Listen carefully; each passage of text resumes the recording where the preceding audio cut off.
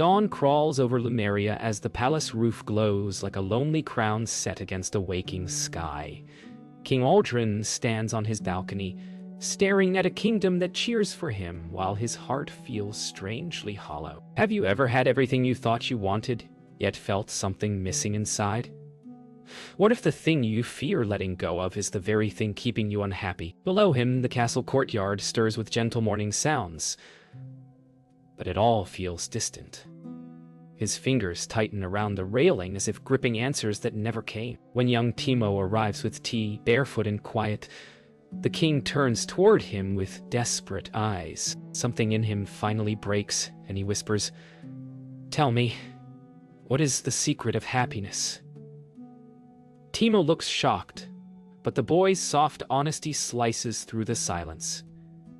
And the king is not ready for what he's about to hear. Timo's voice is soft but steady.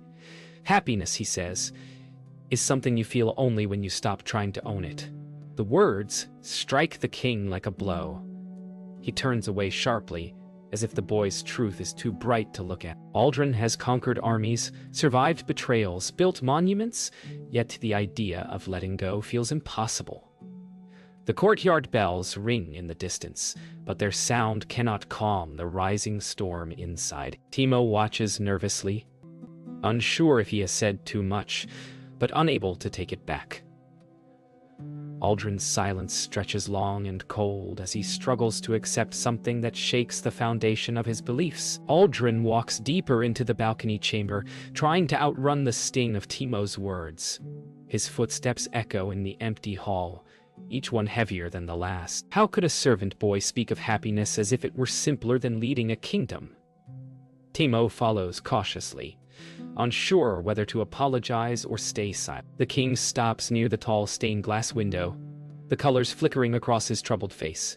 For a moment, he almost asks the boy to explain, but pride traps the words in his throat. The quiet between them grows thick enough to choke. Timo finally gathers the courage to speak again. "I didn't mean disrespect, Your Majesty," he says gently. Aldrin stiffens but does not turn. A part of him wants to shout, to demand a simpler answer, something he can control, something he can command. But another part, quiet and fearful, wonders if the boy might be right. The king grips the edge of a table, his knuckles pale as he wrestles with emotions he has ignored for years. Timo waits patiently, his soft presence grounding the storm around them. The king finally turns, not with anger, but with something far more fragile. Fear. "If happiness cannot be held," he asks quietly, "then how do I keep it from slipping away?" Timo swallows, surprised by the softness in the king's voice. "You don't keep it," he replies. "You share it." Aldrin's eyes darken with conflict. Share? A king who spent his life guarding power, guarding pride, guarding everything. How could he do the opposite? Before he can respond, a horn echoes through the palace, calling him to urgent matters. The moment breaks, unresolved and heavy, leaving both of them suspended on the edge of something neither fully understands. The horn's echo fades into urgent footsteps as King Aldrin marches through the palace corridor, heart still shaken by Timo's answer.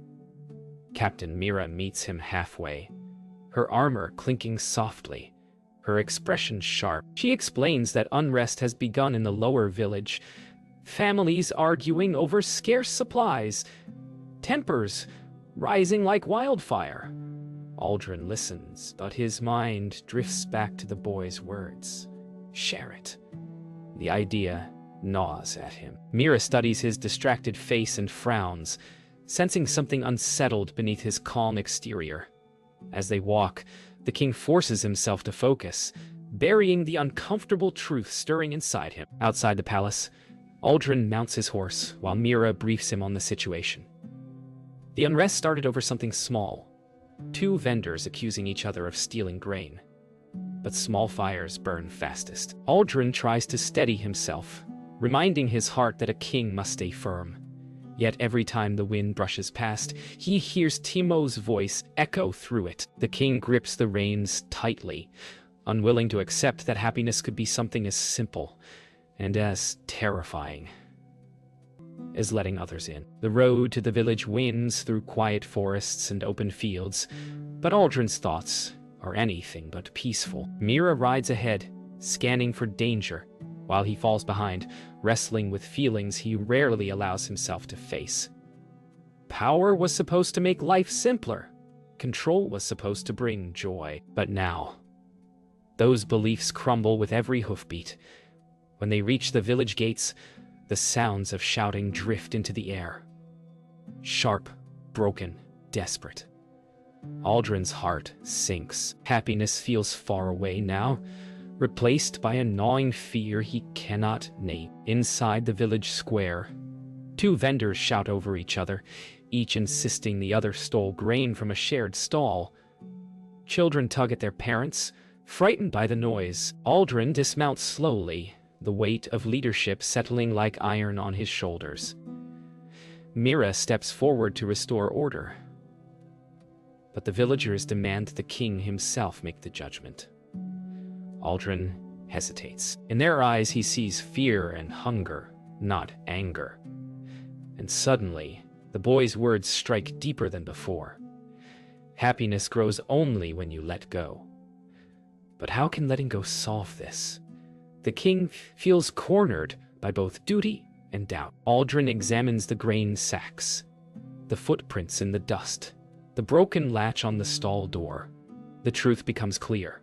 Neither vendor stole anything. Wind had knocked the latch loose overnight, spilling grain, and both woke to an empty stall. They assumed betrayal because fear left no room for trust. The king lifts his head, seeing not thieves, but people lost in worry. Slowly he kneels, something he has rarely done. Fear makes us enemies, he says softly. Mira looks surprised. The villagers fall silent. In that moment, Aldrin senses a strange warmth. Small, flickering, unfamiliar. Maybe the boy wasn't wrong after all. Men, you stemmed your way. As Aldrin rises from the spilled grain, a hush settles over the square.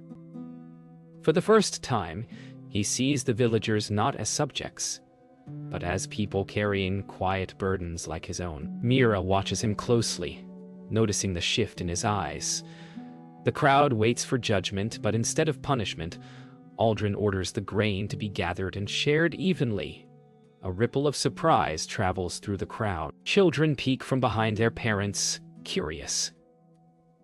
Aldrin feels an unfamiliar lightness inside his chest. Small, but real. He wonders if this spark is the beginning of something he has long forgotten. A young girl steps forward, pulling her mother with her. She offers Aldrin a small wooden bead as thanks. A humble gift, worn and uneven. The king hesitates, unsure how to react. He has received jewels, gold, priceless treasures. But this simple bead strikes deeper than anything locked in his vaults. Mira watches, stunned as Aldrin kneels once more to accept it. The girl smiles shyly, and the warmth in her eyes touches something fragile inside him. For a moment, the king forgets to guard his heart. As the villagers disperse, Mira walks beside Aldrin back toward their horses. "You handled that differently," she says quietly. Aldrin feels a faint embarrassment rising. He has never been the kind of king who kneels in the dirt. He brushes the bead with his thumb, still unsure why it matters so much. "Maybe I've been looking at things the wrong way," he mutters. Mira raises an eyebrow, but says nothing. They mount up and begin their ride back toward the palace, the day growing warmer around them.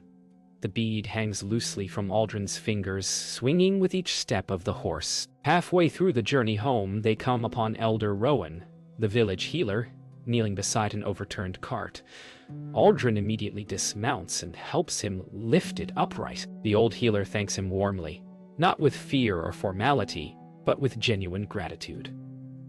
Something inside Aldrin softens again. Elder Rowan speaks of how kindness is a healing force, one that spreads faster than anger. His words settle in the king's heart like gentle rain. Mira watches the exchange with quiet pride, realizing the king is changing before her eyes. As they continue toward the palace, Aldrin rides more slowly than before. He feels something stirring, something he hasn't felt in years. Memories flood back of when he was young, before responsibility built walls around him. He wonders if Timo's strange, uncomfortable truth is starting to bloom inside him. Mira glances over, noticing his thoughtful silence but choosing not to interrupt. The palace rises in the distance, grand and cold. For the first time, Aldrin feels the difference between the warmth of the village and the loneliness of his throne. By the time Aldrin reaches the palace gates, the warmth from the village fades into a familiar chill. Servants rush to greet him, bowing deeply, but their eyes hold distance, not connection. Aldrin feels the weight of the crown settle again like heavy chains. Timo appears from the archway, surprised to see the king return early. Aldrin hesitates, unsure whether to speak to the boy or keep walking, but something inside him whispers that hiding will only pull him backward. He nods gently at Timo, an invitation, a silent request for understanding, and the boy follows him inside. Inside the grand hall, Aldrin slows his steps. The silence hangs heavy, echoing through pillars and polished floors. Timo follows nervously, unsure if the king is angry, confused, or simply lost. Aldrin stops near a tall window, staring out at the kingdom below, remembering the child's bead still tucked safely in his hand. "Why do simple things feel heavier than crowns?" he murmurs, more to himself than anyone else. Timo steps closer but says nothing. The king's reflection in the glass looks older, worn, but also strangely softer, like someone on the edge of understanding. As Aldrin turns toward Timo, he searches for words he has avoided his whole life. "When you spoke this morning, it unsettled me," he admits. Timo fidgets, unsure if this is a confession or a warning. Aldrin sighs deeply. "I did what you said. I let go of judgment today. Just a little." And for the first time, the king looks almost embarrassed. Timo's eyes widen in surprise. He never expected a king to listen, let alone try. For a moment, neither speaks, but the silence feels warm, not heavy. Their quiet moment is interrupted when Princess Elira runs into the chamber, breathless and worried. She explains that a messenger has arrived from the northern farms, crops are failing, and families fear starvation. Aldrin's chest tightens again. One challenge after another, each threatening the fragile peace he is only beginning to understand. Mira enters behind Elira, already prepared to ride out again. Aldrin looks at Timo, seeing fear in the boy's eyes but also trust. For the first time, the king feels he cannot face this alone. Aldrin straightens his cape and forces himself to breathe. He has spent years ruling alone, believing strength meant never needing help. But now, with Timo's quiet presence, Mira's loyalty, and Elira's courage, he feels something shift. "We ride at once," he announces, but then he adds something he has never said before. All of us, Mira's eyes widen. Timo freezes. Elira nods with determination. For the first time, the king chooses togetherness over isolation. And deep within, a fragile sense of hope begins to root itself. The group rides out before sunrise, the air crisp and heavy with uncertainty. Aldrin leads, but not with the same lonely pride he once carried.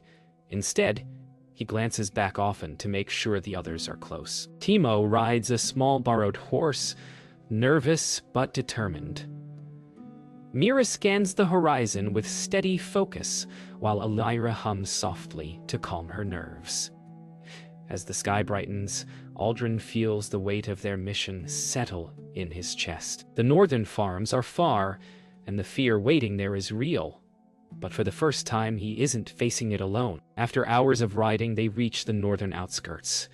The once green fields now look brittle and pale, crops collapsing under the weight of disease and drought. Farmers gather as the king approaches, worry etched into every face. Aldrin dismounts slowly, taking in the devastation. He feels their fear as if it were his own. Mira moves to guard him, but Aldrin steps past her. "Show me everything," he says softly. The farmers exchange startled glances. This is not the distant ruler they expected. Timo watches with growing admiration. The farmers lead them to the deepest part of the fields, where the soil has turned gray and powdery. Elder Rowan appears, having traveled ahead of them to help. He explains that the crops have been suffering for months, worsened by fear and lack of cooperation among the farm families. Aldrin listens intently, realizing a painful truth. His people have been trying to survive alone, just as he once did.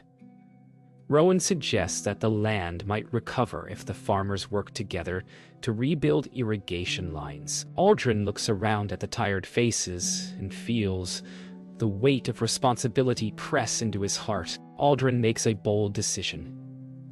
Instead of giving orders, he rolls up his sleeves and begins digging a trench where new water lines can run. Farmers stare in disbelief. A king working beside them. Mira joins him first, then Alira, then Timo. Slowly, the farmers step forward, too, one by one. Shovels strike the ground in uneven rhythm as exhaustion and hope mix in the air. Aldrin feels sweat on his brow, dirt under his nails, things he once believed beneath a ruler. But now, strangely, they feel right. They feel honest. Hours pass. The first line of water flows through the new trench, trickling into the fields like a fragile promise. A cheer rises among the farmers. Aldrin watches the water spread, feeling something open inside him. Something warm. Something true. He realizes that happiness isn't about keeping anything safe or perfect. It is found here in shared struggle, shared breath, shared hope. Timo stands beside him, smiling proudly. The king knows this moment would not exist without the servant boy's courage to speak the truth he once refused to hear. As evening settles over the northern farms, the group prepares to return to the palace. Farmers wave with gratitude, their worries softened by the first signs of recovery. Aldrin feels lighter than he has in years, the heavy shell around his heart cracked open by kindness and shared work. Timo walks beside him, quiet but glowing with pride. Mira checks the horizon as the sky warms into shades of orange, while Alira comforts a small child who clings to her dress. Aldrin breathes deeply, knowing the journey is far from over, but for the first time he believes he can face it. As they prepare to leave, Elder Rowan approaches with a grave expression. He speaks softly. The failing crops were only the beginning. Fear spreads faster than disease, and tension is rising across distant towns. Aldrin listens, his newfound strength tested by this heavier truth. Rowan reminds him that unity is the cure, but unity cannot be commanded. It must be inspired. The king's breath catches. He wonders if he is strong enough to lead in this new way. Timo steps closer, his presence steadying Aldrin's shaking heart. The ride back toward Lumeria is quieter than before. The fields fade into darkness, and the stars begin to flicker above them. Aldrin rides thoughtfully, Rowan's warning echoing inside him. He wonders if the kingdom's unrest is a reflection of his own long-held loneliness. Mira keeps a careful watch on the road while Alira stays close to Timo, who struggles to stay awake after the exhausting day. Aldrin glances at them, his unlikely companions, and feels a strange protective warmth. They are no longer just subjects. They are pieces of his heart now. Halfway through the journey, a storm rolls in without warning. Wind roars through the trees, lightning splitting the sky. Their horses rear in panic. Mira shouts instructions while Alira shields Timo with her arms. Aldrin jumps down, grabbing the reins of Mira's horse before it bolts. Rain pours down, soaking their clothes and blurring their vision. The group huddles beneath a rocky overhang as thunder shakes the ground. Aldrin's heart races, not with fear for himself, but for the people he now cares for deeply. The storm rages on, trapping them beneath the rocky shelter. Rain slaps the ground so hard it sounds like breaking glass. Timo shivers, teeth chattering, and Aldrin wraps his own cape around the boy without hesitation, a gesture that surprises even him. Mira builds a small fire shielded with her armor, while Elira rubs Timo's hands to warm him. As lightning fades to distant echoes, Aldrin looks at his companion's heart full. This closeness, this shared struggle, feels more real than any triumph he has ever known. He wonders if happiness was never lost, only hidden behind walls he built himself. Morning arrives softly after the storm, sunlight breaking through the clouds like a gentle promise. The group emerges from the rocky shelter, exhausted but safe. Aldrin looks at each of them. Mira's steady strength, Elira's quiet courage, Timo's brave heart, and feels something new blooming inside him.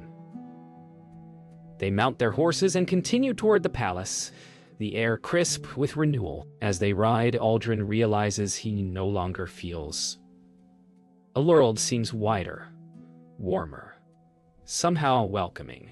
Maybe happiness isn't something to chase or guard. Maybe it grows in the spaces between people, in the moments they choose to stand together.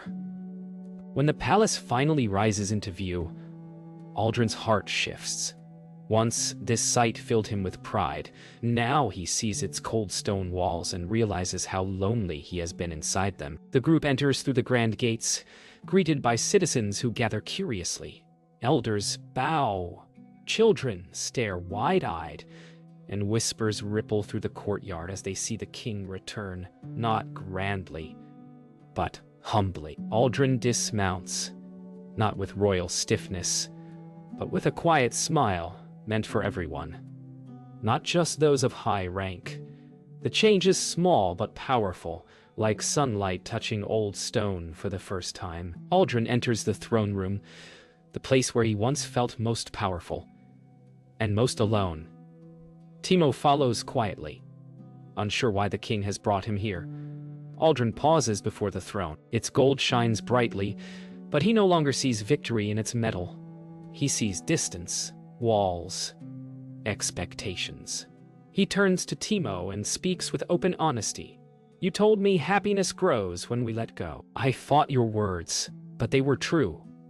Timo's eyes widen, overwhelmed. The king steps away from the throne, choosing closeness over height. For the first time, he bows, not as a ruler, but as a man grateful for the truth. Aldrin calls Mira, Elira, and Rowan into the chamber. He announces a new vision for the kingdom, one built not on fear or isolation but on connection. He declares that decisions will be shaped by voices from every village, not just the nobility. Gasps echo through the room. Some advisors protest, but Aldrin raises a hand. "Happiness cannot be locked in a crown," he says firmly. "It must live in the people." Timo watches from the side, heart pounding with pride. For the first time, Lumeria feels like a kingdom ready to breathe again. Later, Aldrin walks alone onto the balcony. The same balcony where his story began. But this time, he is not the same man. Timo joins him, standing quietly at his side. The breeze carries the sounds of laughter from the courtyard below. For the first time in his life, Aldrin feels full, not because of power, but because he finally let others in. He looks at Timo with gratitude that words can barely hold. "Thank you," he whispers. Timo smiles gently. The king turns his gaze to the horizon, heart steady, knowing that true happiness was never something to guard, only something to share.